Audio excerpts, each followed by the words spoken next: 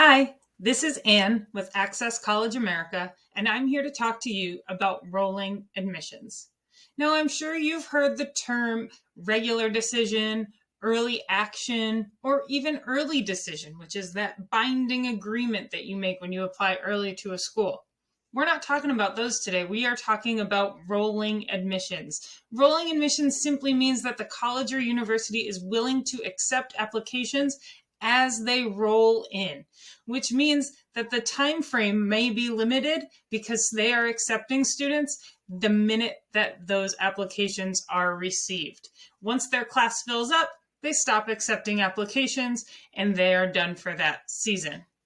Rolling admissions is good for colleges to review applications because they can provide those quick decisions for students. Usually the turnaround is about 2 months as you get into the heavier application season in the fall of the school year.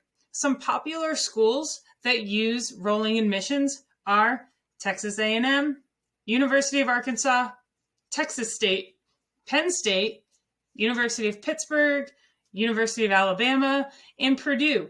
Even though you may see that these colleges have admissions deadlines, they are reviewing applications as they come in and providing those quick decisions.